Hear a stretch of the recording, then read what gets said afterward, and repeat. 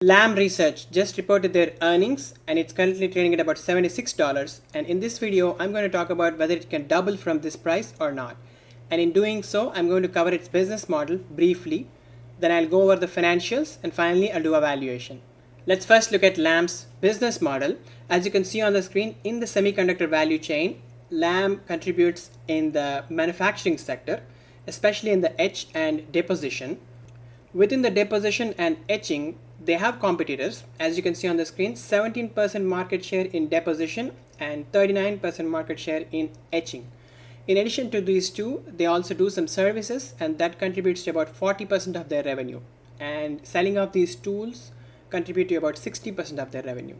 With respect to the revenue split, as you can see on the screen, lately they have 35% of their revenue coming from memory, but it used to be much higher before. Their main customers used to be Samsung and Micron, but now they are also getting into logic.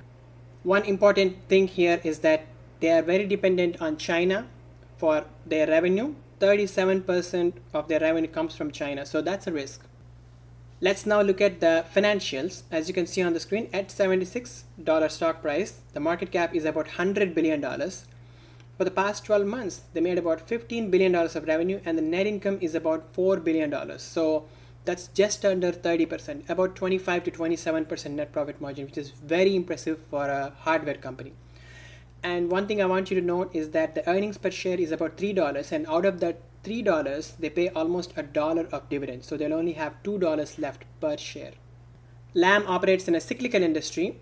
In other words, in some quarters, their growth will be phenomenal, and in some other quarters, the growth will be really bad. So that's the definition of cyclical, right? So they're in the semiconductor super cycle now. As you can see on the screen, they reported their earnings today. In the most recent quarter, they grew their revenue by 19% year over year. That is very impressive.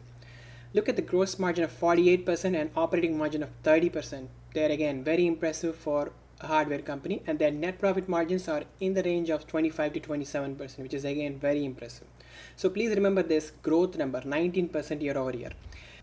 Now let's look at their guidance for December of 2024. That's next quarter. They are projecting to make about $4.3 billion of revenue, and that represents 14% year over year growth. So they're maintaining low to high teens growth in the past 2 quarters. Now let's move on to the valuation, which is the more interesting part. Before I do that, I want to clarify that this is not financial advice. I'm not qualified to give financial advice. I'm simply recording my thoughts. I'm going to show 2 cases, one with reasonable assumptions and the other one is a bull case with hype. In the reasonable assumptions case, as you can see on the screen, in 2024, they made about $15 billion of revenue. I'm estimating 12.5% growth on an average for the next 4 years until 2028 December. Remember that in the current quarter, they grew their revenue by about 19%. In the coming quarter, they are projecting for 14% year over year. And this operates in the cyclical industry. And also when the company gets bigger and bigger, it's hard for them to grow. So with 12.5% growth rate, they can make close to $24 billion of revenue in 2028. With a net profit margin of 28%, they can make close to $7 billion of net income. Cyclical companies, they do not get good multiple.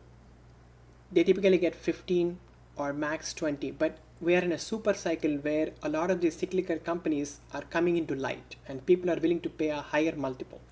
So that's why I'm assigning 25, and that's the max I can pay. If you think it deserves a higher multiple, please apply, but I'm going to pay 25 multiple, with which this company would be worth about $168 billion in 2028.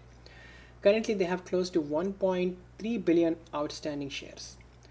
And as you noted, they are profitable and they're getting close to $2 billion, $2 to $3 billion of net income after they pay off the dividend, right? So they can buy back almost 10% of their shares.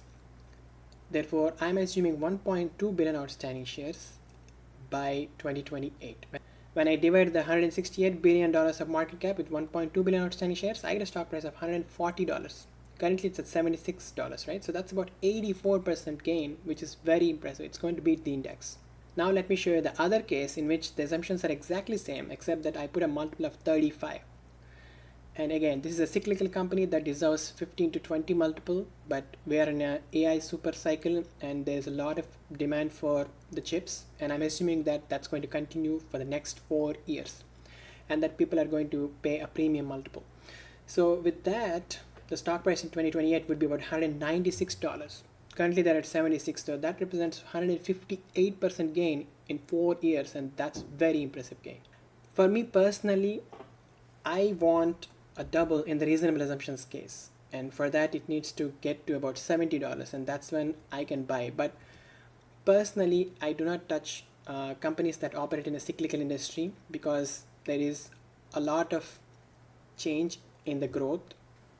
In good years they're going to grow very fast, and in bad years or bad quarters they're going to grow very slow, right? Or even negative growth. And I want some predictability with my investments, and that I do not get from cyclical industries. So I'm going to avoid Lam Research stock. But if you are a value investor, $76 seems like a good entry point if you want to hold it for next 4 to 5 years and beat the index. Let me know your thoughts in the comments. Thank you so much for watching.